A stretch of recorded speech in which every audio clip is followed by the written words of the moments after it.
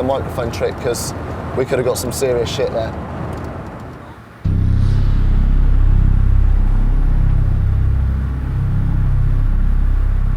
We were making really good progress, and I guess everything had been going so well, been going too well almost. It's kind of foreboding that something bad was going to happen. We tried to do a bit of off-roading, tried to test out the four-wheel drive, do a bit of sand driving. Got a bit stuck. Four-wheel drive doesn't seem to be working. And then suddenly the car completely stopped working. You could just smell the clutch burning through, really. So we got some of the guys from the other teams who've got some mechanical knowledge. It's like Graham and Mike and Jay had a look at it for us. It's ridiculous. This is the most beautiful scenery we've seen for ages, and we're in probably the most dire position car-wise that we've been in, because if the clutch is gone, it's... This is serious, because this could be end of the trip. Without a clutch, we haven't got a spare clutch. I mean, I don't know if we could maybe get towed to Dakar, we might be able to get someone to look at it there, but this is a real problem. Do you think maybe we had a dodgy clutch to start with, or...? Would that be enough to do it? Never perfect, was it? Well, no, I guess not. That's not with the money we paid for it. It's not. Basically, I mean, we're about 20k from Dakar. The police team, Graham and Mike, jumped into their car and headed off to Dakar, while Jay and Gina stayed with us. Ready? Check that out. Might be a bit. If we lost our clutch from what we were doing today, then it would have happened on our first day in the desert, when we'd have been miles from nowhere, and that would have been the end of the trip. As it is, we've been given a second chance, and well, hopefully we'll have a nice newly repaired one to head into the desert with. Even in England, you'd struggle to find parts for a Ford Bronco. So I haven't got a clue if they're going to find anything in a small town on the edge of the Sahara Desert. I'm just praying that when we get to Dakar, someone can sort something out for us and just get us through the desert. Because to end the trip now would be unthinkable. We woke up early this morning at the campsite, and we knew that Graham and Mike had organised for a tow truck to come to us. We didn't know the extent of the damage to the car, but we knew at least someone was coming to rescue us.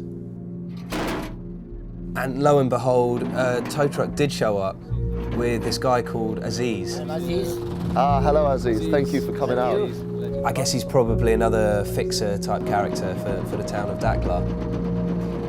My friend, he just came in tonight from Mauritania, he just carried one people. He was busy, but he came in, Okay. When I asked him for emergency, he came quickly, Oh, thank you so much. Thank you, it's very kind of you. Yeah. Lovely. Somehow they managed to winch our car, the Bronco, up onto this truck, and it was amazing to see them do it. Whoa. Indiana Jones. Indiana Jones. Their vehicle was pretty decrepit. It was in a pretty bad state. One of the back wheels was completely gone. But they did it, fair play to them, they managed to get our vehicle on the back of it. Very good. Wow. Excellent. Good work. It's on there. Don't know how it managed to get on there, but it's on there. I jumped in with one of the other cars. I jumped in with Mike and Graham, whilst Alexis rode along with the vehicle. It was going at a snail's pace. It was only going at about 5 miles per hour, but eventually it got us into Dakar. They're doing such a good job here. Basically, they just kind of immediately, just a bunch of mechanics just descended upon it and ripped out the gearbox, looking underneath. Just seem to know exactly what they're doing. We're definitely in the right town. Well, to be honest, we're in the only town, so it's a good job that it is also the right town. Les pièces, il n'y a pas beaucoup là. Les pièces. Les pièces sont... Les pièces, il n'y a pas beaucoup là. Dakhla. La marque là. The Ford. The Ford. Yeah, they don't have many in Dakar. بإذن with the help of Allah, Yeah. we will try to finish inshallah. Okay, thank you very much. I think with the clutch, they may actually just botch a clutch plate together, get another clutch and cut it to shape and then fix it in, apparently, but I haven't got a clue really. But feeling a lot happier today because, these guys were with us straight away, have got us towed here, and, It's only 11:30 and we're already in the mechanic shop, so they've got a full day working at it, and you never know, we may be back on the road tomorrow. So at about 6 o'clock we headed back over to the mechanic shop. I was shaking on the way there, just thinking, what if we get there and the vehicle's not fixable, and that's the end of the trip. There it is. Someone's written on it. Have they? Yeah. Thankfully we got there, and there was Aziz, and he said Aziz is, has good news. Aziz has good news. Is that okay? Yeah, of course. It's okay. Yeah? Is that okay, Saeed? Ouais, ça va. Okay. Oh, that sounds good.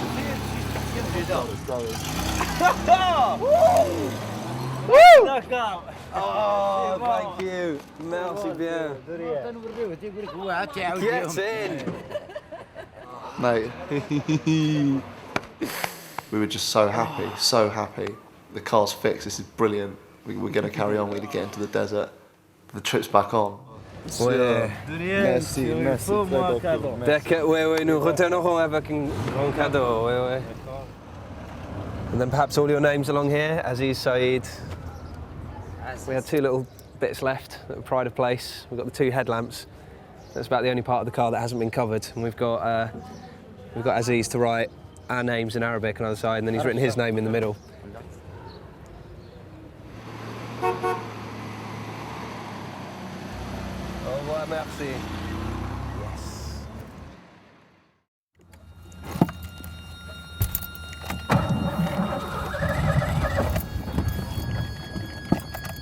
Okay. Okay, can you see if I'm okay? Yeah, you're fine. Oh, Fucking cunt. We were literally going off to fill up with fuel for the desert when the car started playing up again. You can't even stop the fucking thing. It's just undrivable. It's a real pain because we'd organised with Mike and Graham and Gina and Jay, the 2 groups we've followed with closely on the trip so far, to go in convoy through the desert, and we'd planned to leave at 5 a.m. tomorrow morning. I think they'll be annoyed and we'll be absolutely gutted if we can't do this desert trek together, because this is what it's all about. This is the hardcore part of the trip, and it's just it's just so annoying that this is where the car's chosen to pack up.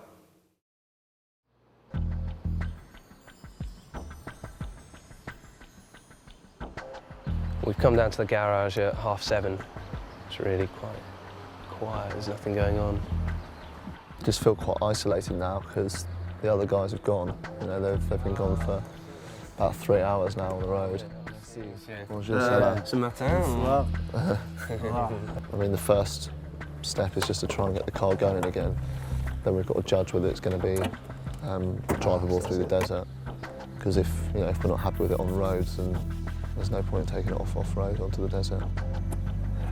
Well, all they've done is put fluid in, and I'm sure it can't be that simple. And they said, yeah, no problem, get on your way. Unfortunately, we drove it for about 500 yards and started playing up again. No, it's not good. No, we're getting the same fucking problem again. I mean, obviously, I'm just gutted. It seems every time we get a glimmer of hope with the vehicle, it seems to be shattered back down again. It's just conked out again.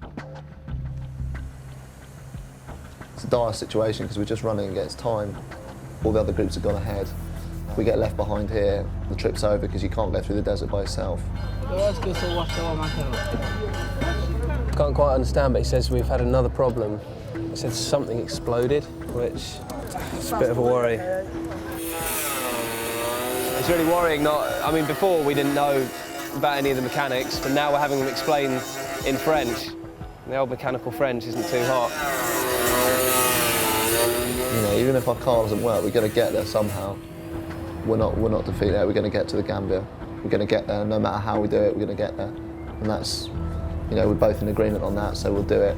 I don't want people to go, well, told you so. I don't want I don't want to see smug faces of people going, told you we'll make it.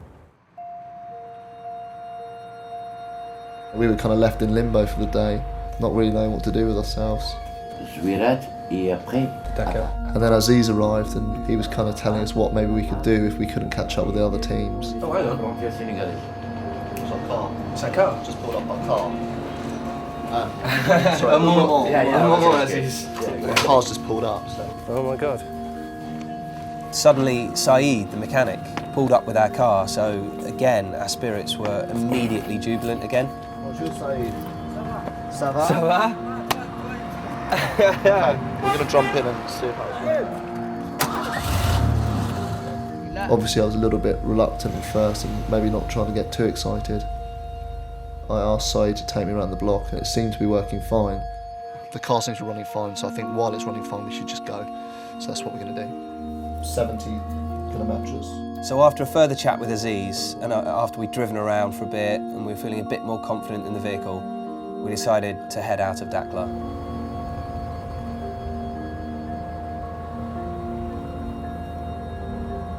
Although it felt good to be finally leaving Dakhla, we knew we would have to drive 500 kilometres through the night to reach the Mauritanian border. If we weren't able to catch any other groups in Nouadhibou and find ourselves a guide across the sand dunes, there was no way we could enter the Sahara Desert by ourselves.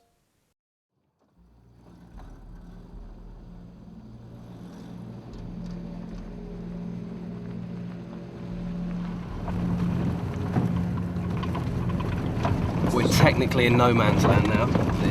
It's really bumpy, we've got to be really careful. I'm going as slowly as I can. And this is kind of unexploded landmine territory as well. Really weird being in this kind of no man's land. It's just kind of rocky, arid desert around us, but of course we know there's landmines through here between the Moroccan and Mauritanian border, so we just got to take it as slow as we can. I just want to get to the border and get through.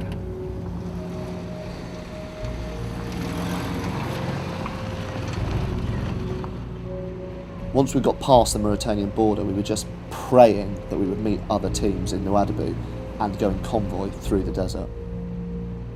We got into Nouadhibou and it was unlike any place we've seen on the trip. So it was unlike any place I've ever seen. Goats running along the road, people just kind of milling about, and just the poverty was incredible. Got to this kind of, suddenly it's quite pretty little campsite. Are they there? Are they there? There's one, oh my God! There were other people there and immediately saw some more teams and we weren't alone. Oh my God! Hey! That's amazing. I think they can't believe we're here as well. Hi. Hey. Hello. Hello. I think we'd just been so stressed and so worried and we pulled in there and it was like, wow, we're back in reality, back in civilization. Absolutely cacking it. For the clutch. So after they fixed the clutch. Relax. First time we've been able to relax for we went back a long 3 time. times. Just don't know what to do. Because we really, obviously we want to try the desert, but if it's not going to be safe with... We were saying we were worried about the vehicle. We weren't sure whether we could take it into the desert. And their immediate response was, what are you talking about? Buck up your ideas. You're going into the desert. It'll be a real now, shot. you've gone this far, don't Well, worry. you know, Come on, you've got a big Bronco it there. is a real Where's wreck. your Bit of pressure, good look at this. British bulldog spirit? Is this wise? Is this wise? I don't know. It's just, we're going to have to do it, aren't we? Look, we are wise men. We have wise beards. But we'd regret it if we don't do it. So we should do it. We should do it. We come this far, mate. desert. What are we doing?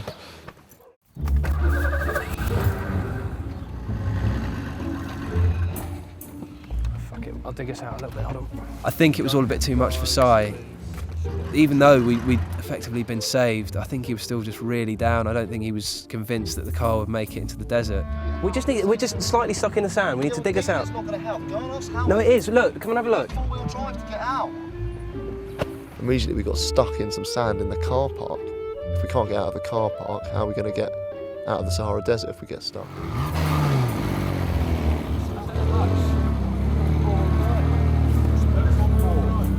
I've been really surprised myself with how strong I've been over the last few days. It's been really tough. But I think once we met the group, a lot of emotion kind of flowed out of me. I suddenly realised that even though we were with people, I was still quite vulnerable, and I suddenly became a little bit nervous and a little bit stressed out. You know, we've had road all the way so far on this trip. Now the road's end, and it's a totally different driving condition. No, I just want to get to camp. I just want to get to camp so I can fucking sleep.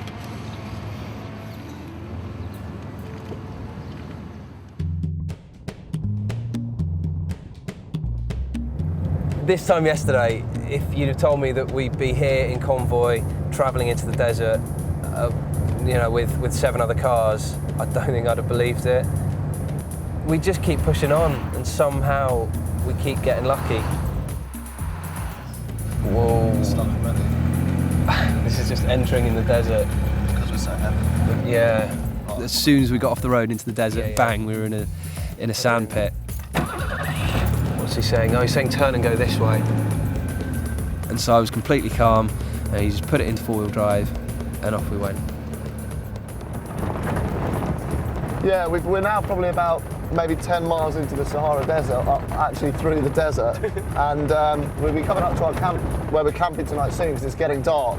And we've just seen a dune up ahead, which is where we're likely to be camping. And it looks like there's other people up there, but we're not getting our hopes up in case it's, well, it could be anyone really, but there's definitely people up ahead. We saw kind of a couple of cars that we thought looked like Plymouth Banjul, and then we just rounded the corner of the dune, and it just everyone was there. Is that the cops? There's millions of them. Graham's there! Hey! They're there! Woo! We did it! Come on!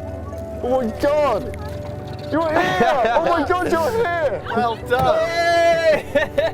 Oh my God! Oh God! I'm so pleased. I can't believe it. No one could quite believe that it was us. We were the last team to arrive there. People were just looking in amazement. They couldn't believe we'd actually made it. And how far did you drive? We drove miles and miles and miles in the dark. We drove in the dark. We got to Dakmar, this little village before the border. Hello, come on! It was just one of the most amazing feelings I've ever had. You know, we didn't think we'd see these guys until maybe the Gambia if we got there. We didn't think we'd maybe even see them ever again. And for me, it's just great to catch up with them. Fact is, we've got here with the car at the moment in full working order. We're with a really competent group tomorrow. I'm just so happy we've made it this far, and I really, really think we can make it the rest of the way.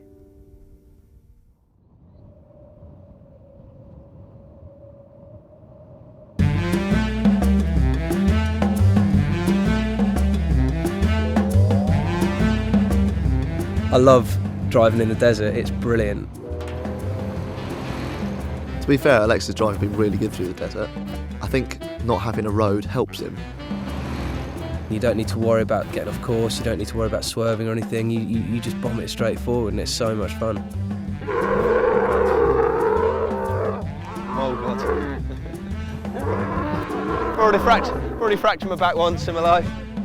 This has definitely been my most relaxed day, especially in the last few days, because the 3 or 4 days that preceded this were just unbelievable roller coaster rides.